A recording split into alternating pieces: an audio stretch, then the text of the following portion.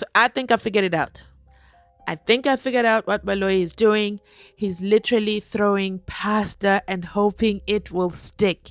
He's hoping for anything at this point, anything where he can catch Moses off guard. But unfortunately for him, I don't know when Moses even has time to watch the ad hoc committee once he leaves court.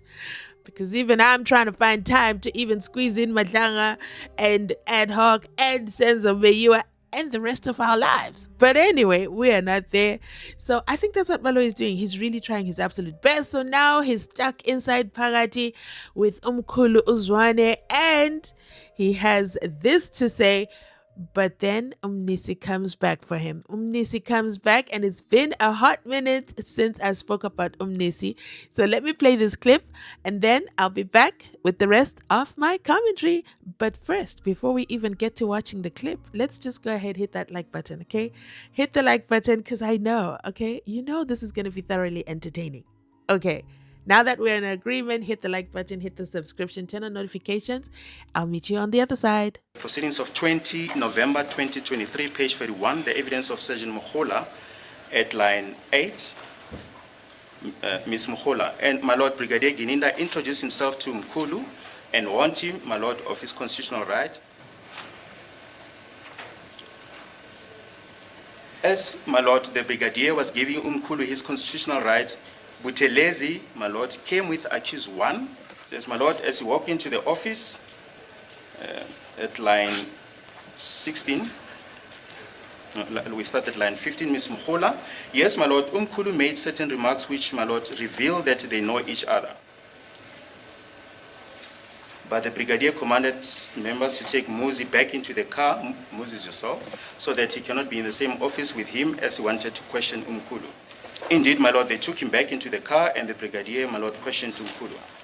I don't know if there's still an objection, my Lord. And maybe just lastly, on the 21st of November 2023, page 56, the evidence of Sergeant Mkhulu.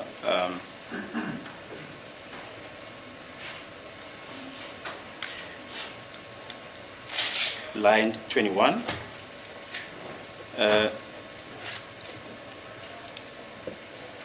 In such a way, my Lord, that when we go to error 10, my Lord, Mkhulu was able, my Lord, to identify him as he walked into the office. I don't know if there's still an objection or whether we can proceed. I must reply, my Lord. My Lord, I realize that the state is referring to the testimony of Mkhulu.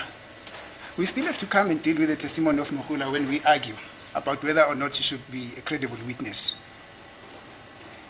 So, but come closer home here is the state says, and that was the base for my objection.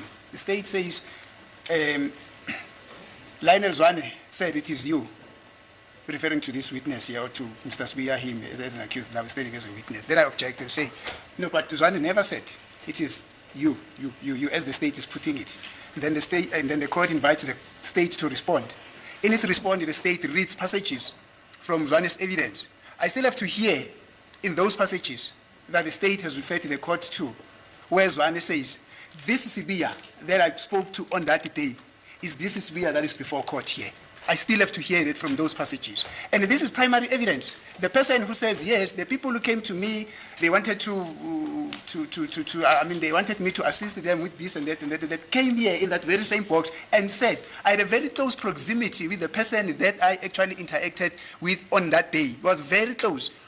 But where in, and that is primary evidence, as compared to Mkhulu's evidence, which is secondary evidence. Now, the source of the primary evidence says, that Sbiya that I spoke to that day, I don't see him here at court. And that was under cross-examination by Ms. Mshololo. But as I'm saying, still waiting for the state to specifically direct this court to a passage that says, that Sbiya that I spoke to on that day is this one. Let me just make an anecdote, my Lord. Sbiya says, I think in March 2019, he got assaulted by, he got arrested by Mr. Baloyi and some other policemen. We can therefore not jump into conclusion and say it is this Mr. Baloyi that is prosecuting in this case that has been referred to when Mr. Sbiya was testifying. No, definitely not. Because the primary source of that information says, I don't see him here at court. But on that day, I had a very close look in his face, close proximity.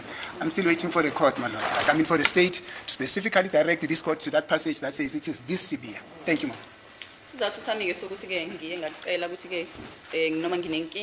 And that, ladies and gentlemen, is how the cat caught the tongue. Is that the saying? The cat caught the tongue? Somebody tell Judge Rata that no, the cat is in the hat. The hat is still in the cat. The cat returned back to the cell, okay?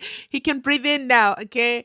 Vusimuzi Cat Matlala was denied bail, my lord. You can relax, okay? But here's the thing. Baloyi is still just struggling. He is struggling to prove a point. And I remember when Zwane was inside Parati within the court. I do. He actually said, listen, don't ask me about dates. I never went to school. I don't know dates. I don't know time. And he also said that I don't see him. I do not see him inside Parati, the court. And then they let him go. But what I do have to say to Makhola is shame on you. For the Nganegwane, they had to go and find Mkhulu. They had to go find him and arrest him and have so many cars. And when he was in court that day, he said, oh, I have so many people waiting for me. So many, as in so many clients waiting for me. And he was just so happy to go. He was just sounded like a simple man who was just dragged into the story, and it just absolutely fell flat for the state, aka Brigadier Bongani Nicholas Keninda. I just have to pause and take that in. Like, he literally went to question Mkhulu. But did you notice my lord said 0 words? You don't believe me? Rewind and count how many times my lord responded. Even when Baloyi spoke to him, my lord says, I'm dizzy. I don't know you. And he understands the assignment, okay? Because you can never misquote silence. Even when he's supposed to make a ruling on Mnisi's objections, my lord is saying, nope, I'm not getting involved. I don't want to talk about it because then I have to rule against Baloyi, and I just don't want to go on record as having done that.